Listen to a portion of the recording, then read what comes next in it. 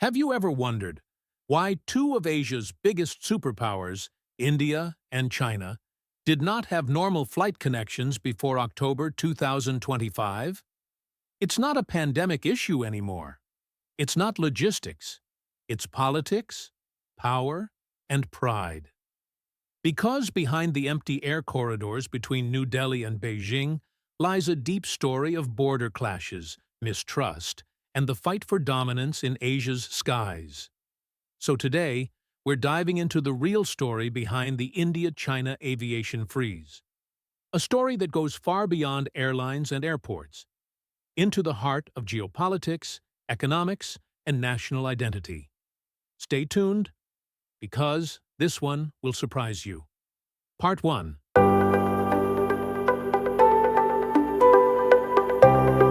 Imagine this. Two of the world's most populous nations, two of the fastest-growing aviation markets, over 2.8 billion people combined. And yet, not a single direct commercial flight connects New Delhi and Beijing for over 5 years. Crazy, right? Before the pandemic, you could hop on an Air India or Air China flight and get between the two capitals in just 6 hours. Business travelers, students, tech professionals all relied on this corridor. But since 2020, silence. No non-stop flights, no business routes, no tourism exchange in the air, just an invisible wall between the world's two fastest-growing economies. So what happened? Part 2.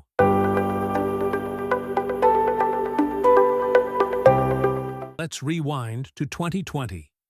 When COVID-19 exploded across the world, nearly every international route shut down, including those between India and China. At first, it made sense. China went into strict lockdown. India closed its borders. The skies went quiet. But by 2022, countries everywhere were reopening. Flights resumed between India and the US, India and Europe, India and even countries like Japan and South Korea. Yet with China, nothing. And when Beijing finally reopened in 2023, India didn't rush to restore air links. Why? Because something much deeper had already changed. Part 3.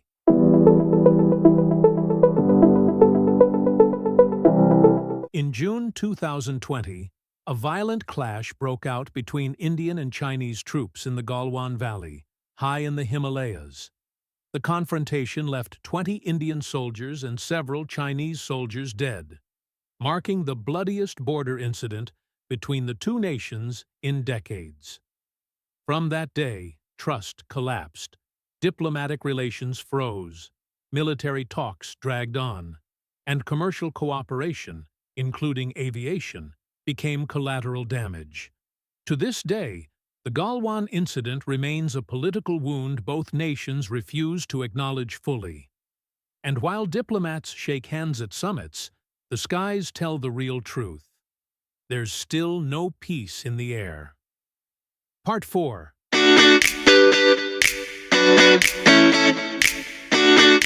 Let's be honest. Aviation isn't just about airplanes. It's about power projection. Who gets to fly where, how often, and under whose flag? These are decisions tied to national pride. China, with its flagship carriers like Air China and China Eastern, wants dominance across Asia. India, with Air India's new global ambitions under Tata, wants to compete toe-to-toe. Reopening routes would require both sides to negotiate air service agreements, flight frequencies, and safety protocols. But right now, neither wants to blink first. For Beijing, resuming flights without a political win looks weak. For New Delhi, doing so without border resolution looks like surrender. So, both just wait. And the longer they wait, the deeper the freeze becomes. Part 5.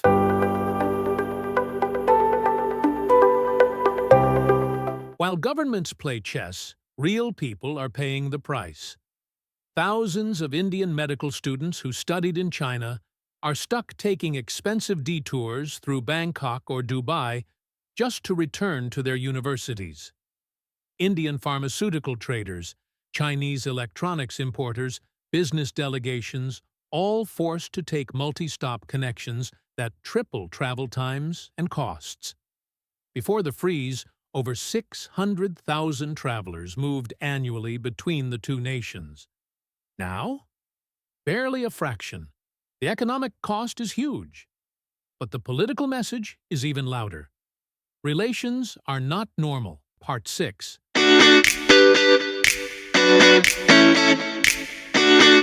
Let's get real. Both nations have used COVID as an excuse, but for different reasons.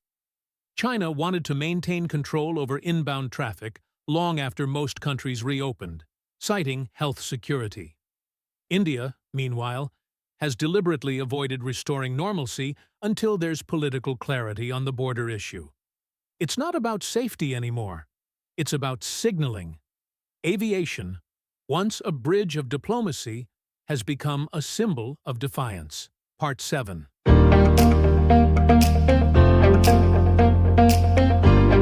There's another layer to this. The competition for Asia's skies. India wants to establish itself as the new global transit hub, with massive investments in airports like Delhi, Mumbai, and the upcoming Noida International Airport. China, on the other hand, already dominates East Asia's air traffic with Beijing Daxing and Shanghai Pudong.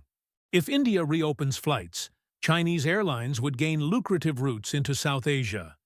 And India isn't ready to hand that advantage over yet. It's aviation geopolitics, pure and simple. This isn't about passengers, it's about power. Part 8.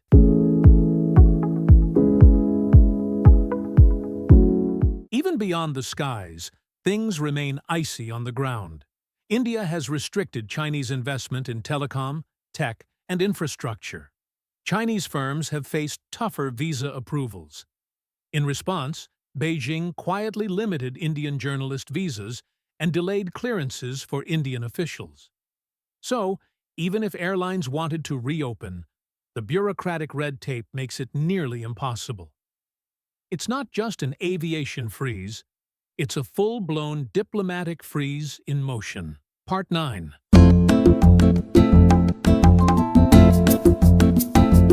What's fascinating is how the world is watching this silent standoff.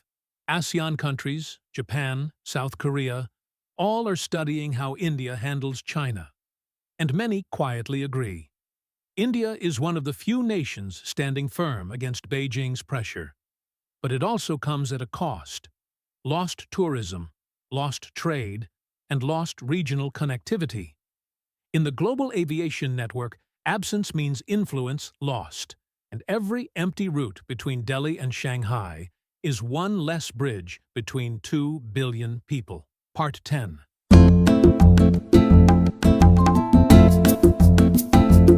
At its core, this isn't just an aviation issue. It's a reflection of how both nations see each other.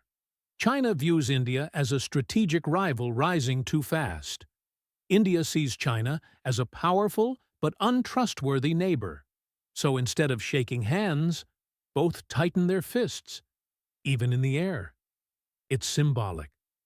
Planes that once connected Asia's biggest economies are now grounded, waiting for politics to catch up with progress.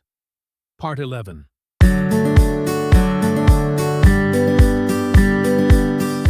Look deeper, and you'll see two competing visions for the future.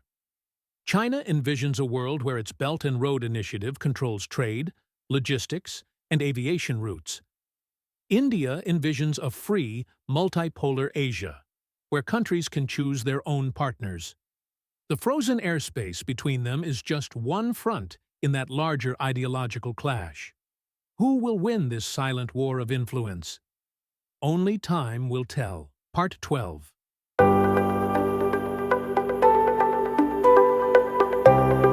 Here's the math that airlines don't want to admit. Every day that India and China remain disconnected costs millions in lost business. Cargo flights are limited. Tourism is nearly dead. And tech collaboration, once booming, is barely surviving. The air might be empty, but the silence is expensive. So, what do you think? Drop your thoughts in the comments. We read every one of them.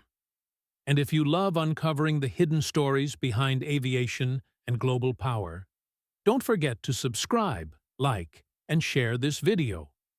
Because here on Nilo Airspace, every flight tells a story. And this one just might change how you see the world.